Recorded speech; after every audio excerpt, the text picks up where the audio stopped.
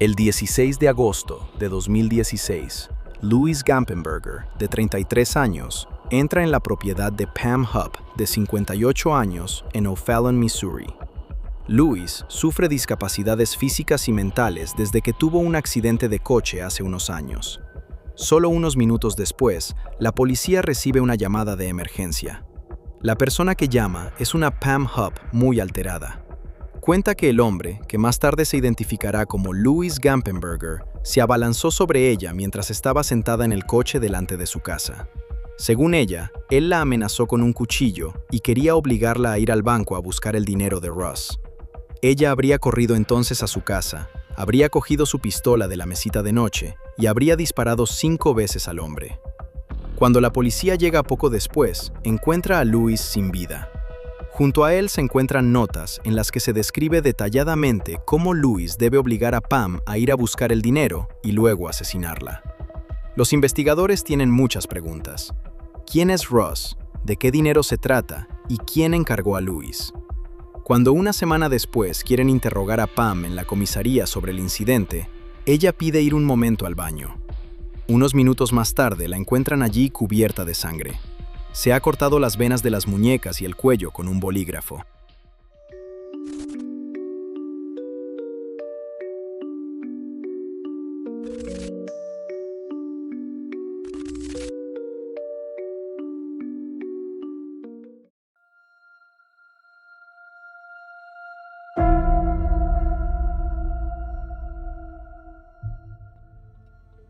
Pam Hupp, que por entonces todavía se llamaba Pam Newman, nació el 10 de octubre de 1948 en Dellwood, Missouri. Más tarde, estudió en el Instituto Riverview Gardens y, nada más terminar el bachillerato, se casó con su primer marido. Poco después, tuvieron una hija. El matrimonio duró un total de 6 años hasta que se divorciaron. Poco tiempo después conoció a Mark Hupp, se casó con él y tuvo un hijo. Al casarse, adoptó su apellido y Pam Newman pasó a llamarse Pam Hupp. Pam trabajaba como administrativa en State Farm. Allí conoció a Betsy Faría y se hicieron amigas. En 2010, Pam estaba en paro. En el pasado la habían despedido de varios trabajos por falsificar firmas. Además, sufría fuertes dolores de espalda y piernas. Tenía una amistad muy estrecha con Betsy, hasta que a Betsy le diagnosticaron cáncer de mama y su estado empeoró cada vez más. Como Pam tenía el tiempo y las posibilidades necesarias, empezó a cuidar de Betsy con gran dedicación. En 2011, Betsy supo que ya no había ninguna posibilidad de recuperarse. La mayor preocupación de Betsy era que sus hijas pudieran llevar una vida feliz tras su muerte. Por eso, hacía tiempo que había contratado un seguro de vida. Pero, debido a las diferencias con su marido, a Betsy le preocupaba que él se gastara el dinero y que las niñas se quedaran sin nada al final. Tras pensarlo un poco y hablarlo con Pam, Betsy decidió finalmente poner el seguro de vida a nombre de su amiga. Había acordado con Pam que ésta ingresara el dinero del seguro de vida, $150,000, en una libreta de ahorro hasta que sus hijas tuvieran la edad suficiente para disponer de él. El 27 de diciembre de 2011, 5 días después de que Betsy transfiriera su seguro de vida a Pam, Russ Faría, el marido de Betsy, se encontraba en la casa que compartían. Ese día trabajaba desde casa. Cuando terminó de trabajar a las 17:00, llamó brevemente a su mujer, que en ese momento estaba recibiendo quimioterapia. A continuación, fue a repostar y llamó a su madre a las 17:22 para cancelar la cena que habían planeado juntos. Después, se dirigió a una pequeña tienda, donde fue visto a las 17:56 comprando algunos aperitivos y bebidas. Con sus compras, se fue a casa de Michael Corbin, un amigo suyo. Allí tenía planeada una noche de cine con otros 3 amigos. Los chicos solían reunirse una vez a la semana, veían películas, comían aperitivos y charlaban. A las 21 horas, los chicos se separaron de nuevo y Russ compró unos sándwiches de camino antes de llegar a casa sobre las 21:40 horas. Al entrar en la casa, a primera vista todo parecía normal.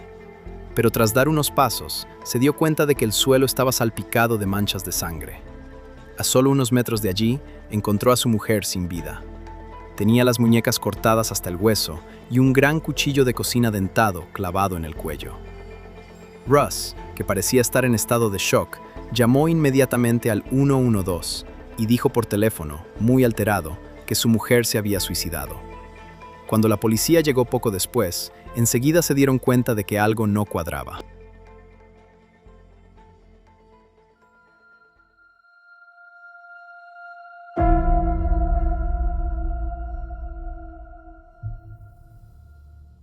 Los policías reconstruyeron el día anterior a la muerte de Betsy. Pam les fue de gran ayuda, ya que fue la última persona que vio a Betsy con vida. Ese día, Pam iba a recoger a Betsy a casa de su madre para llevarla a la quimioterapia. Allí se enteró de que Betsy ya se había ido al hospital con otra amiga. Betsy también se lo había dicho antes por mensaje de texto. Aún así, Pam se dirigió al hospital y la llevó de vuelta a casa después del tratamiento. Según su propio relato, la dejó allí sobre las 19:00. Un día después del crimen, la policía detuvo a Russ, quien había levantado muchas sospechas con su llamada al 112. A los investigadores les parecía dudoso que alguien pudiera malinterpretar un asesinato tan brutal. El propio Russ alegó que estaba en estado de shock y que además Betsy ya había intentado suicidarse una vez en el pasado. Pero esa excusa no fue suficiente para los investigadores. Lo interrogaron y el comportamiento de Russ les pareció extraño. Mientras que en un momento dado hablaba de la muerte de su mujer con total calma y sin emociones, al momento siguiente se ponía literalmente como loco. Cuando interrogaron a Pam sobre Russ, ella confirmó los temores de los investigadores. Declaró que creía que Russ era capaz de cometer el crimen. Al parecer, él había sido a menudo violento en su relación con Betsy. Además, Betsy le había contado que él mencionaba una y otra vez lo mucho que esperaba el dinero del seguro de vida y que en algún momento había empezado a jugar un juego grotesco con ella. En ese juego, él le habría presionado repetidamente una almohada contra la cara y le habría dicho cosas como, «Jaja, acostúmbrate, así es como se muere uno». Según Pam, Betsy también tenía pensado, el día de su muerte, hablar con Russ y proponerle que ella se mudara sola más cerca de su madre. Pam también les da a los investigadores la pista de que revisen el portátil de Betsy. Y efectivamente, los investigadores encuentran un documento que confirma las declaraciones de Pam y deja claro que Betsy le tenía miedo a su marido. Pero a los policías también les llama la atención que el documento de texto se haya redactado en Word 97, un programa que no está instalado en el portátil de Betsy. Lo que también les llama la atención es que es el único documento que no tiene un nombre de usuario asociado. Aún así, la prueba se utiliza contra Russ, quien es acusado el 4 de enero de 2012 del asesinato de su esposa. Russ es defendido en el juicio por el abogado Joel Schwartz. A él le parece muy sospechoso que Pam fuera la última persona en ver a Betsy con vida, sobre todo teniendo en cuenta que solo 5 días antes se había cambiado el seguro de vida a su nombre. Pam tampoco puede presentar una coartada, ya que afirma haber pasado la noche sola. A las 19:20 horas le envió un breve mensaje de texto a Betsy en el que decía que había llegado a casa. Sin embargo, esto contradice los datos de su móvil. Russ, por su parte, sí pudo presentar una coartada. Quedó con amigos, fue a repostar y a hacer la compra 2 veces, todo lo cual quedó grabado por las cámaras de vigilancia. Pero la fiscalía considera que estas grabaciones son más sospechosas que exculpatorias. A ellos les parece que Russ intentó reunir tantas pruebas como fuera posible para su supuesta coartada. Ante esto, Joel Schwartz argumenta que, en las grabaciones de las cámaras de vigilancia, Russ lleva la misma ropa que llevaba cuando llegaron la policía y los servicios de emergencia. No había sangre en ellas, lo que habría sido muy probable en un asesinato brutal. Sin embargo, lo que juega en contra de Russ es que se encontraron en la casa sus zapatillas empapadas de sangre. El 18 de noviembre de 2013 comienza el juicio contra Russ Faria. 3 días después, el 21 de noviembre, se dicta la sentencia. Russ es condenado por asesinato a cadena perpetua, sin posibilidad de libertad condicional. Joel Schwartz recurre la sentencia.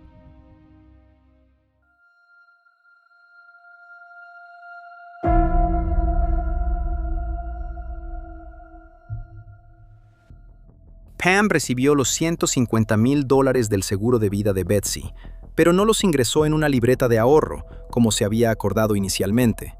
Lo justifica diciendo que su madre, Shirley, acababa de fallecer de Alzheimer y que simplemente aún no había tenido tiempo de hacerlo. Sin embargo, al investigar más a fondo la muerte de Shirley, también aquí se observan algunas incongruencias. Shirley murió al caer desde el balcón de su tercer piso. Además, tenía en sangre una cantidad 8 veces superior a la dosis habitual de su medicamento, el Zolpidem. También en este caso, Pam recibió una cuantiosa suma del seguro de vida tras la muerte. En el caso de Shirley, la cantidad ascendió incluso a $500,000. La barandilla del balcón había sido claramente manipulada. Según los investigadores, los barrotes habían sido arrancados a la fuerza. Una mujer mayor y frágil como Shirley no habría tenido fuerzas para hacerlo. Solo podrían haberse roto si se hubiera caído o la hubieran empujado con toda su fuerza contra ellos. Sin embargo, nunca se investigó más a fondo la muerte de Shirley. Se clasificó rápidamente como accidente y se cerró el expediente. Y eso a pesar de que hay un video de Pam, grabado unos meses antes de la muerte de Shirley, en el que dice: "Mi madre es $500,000 que me llevaré cuando muera". En 2014 se presenta una demanda civil contra Pam. La iniciaron las hijas de Betsy. El motivo: nunca recibieron el dinero de su madre. Y les dan la razón. Al final del juicio, se les conceden $100,000.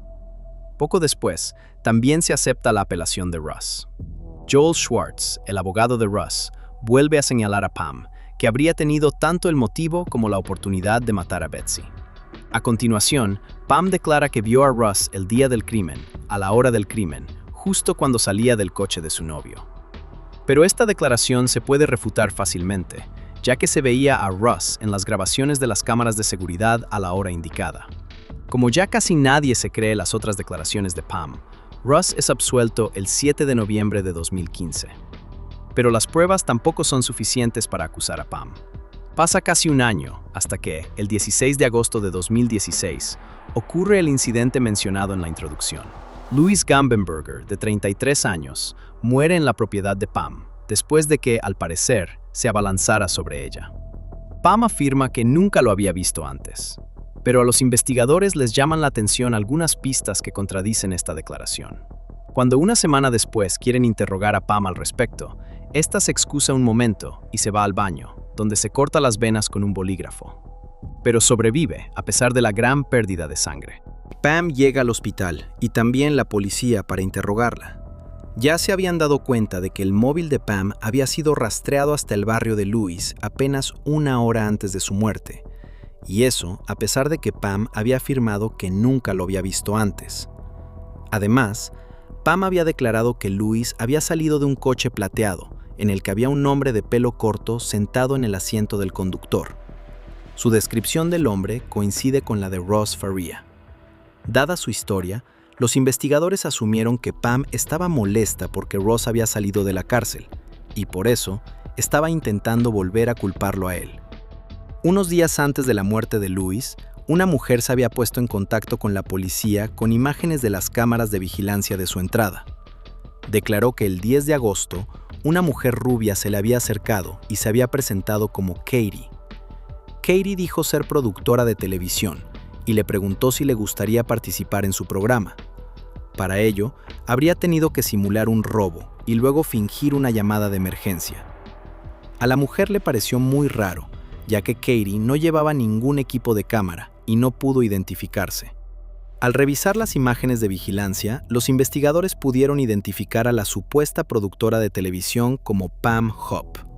Por lo tanto, se puede suponer que tras no conseguir convencer a la vecina, siguió conduciendo y se acercó a Louis Gampenberger, que tenía una discapacidad mental y física, quien aceptó su sospechosa oferta, creyendo que simplemente estaba grabando para un programa de televisión. Las notas encontradas entre las pertenencias de Louis estaban escritas en papel que claramente pertenecía a la propia Pam. También se encontraron sobres con dinero. Presumiblemente, su intención era que las notas falsas dieran la impresión de que Louis y Ross habían trabajado juntos y también habían matado a Betsy juntos. Pero este plan le salió mal. El 19 de junio de 2019, Pam fue acusada del asesinato de Louis. ella sigue insistiendo en su inocencia. El caso de Betsy también se está volviendo a investigar, y la causa de la muerte de la madre de Pam se ha cambiado a indeterminada, al menos por ahora. El 12 de agosto de 2019, Pam es condenada a cadena perpetua sin posibilidad de libertad condicional por el asesinato de Louis. Al final, confesó haberlo matado. En marzo de 2020, a Ross Faria le conceden una indemnización de $2 millones por daños y perjuicios, ya que pasó 2 años en la cárcel siendo inocente. En septiembre de 2020, el marido de Pam, Mark Hopp, solicita el divorcio, describiendo su matrimonio como irremediablemente roto. En julio de 2021, finalmente se acusa a Pam del asesinato de Betsy.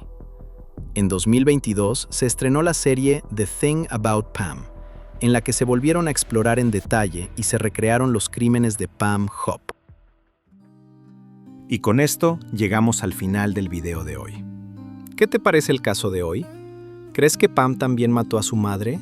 ¿Y cuál fue su motivo? ¿Fue realmente solo por codicia y por el tentador pago del seguro de vida? Tengo curiosidad por saber qué opinas sobre este caso. Si te ha gustado el video, no dudes en darle a me gusta, dejar un comentario y/o suscribirte. Gracias de antemano y gracias por ver el video. Nos vemos en el próximo video. Chao.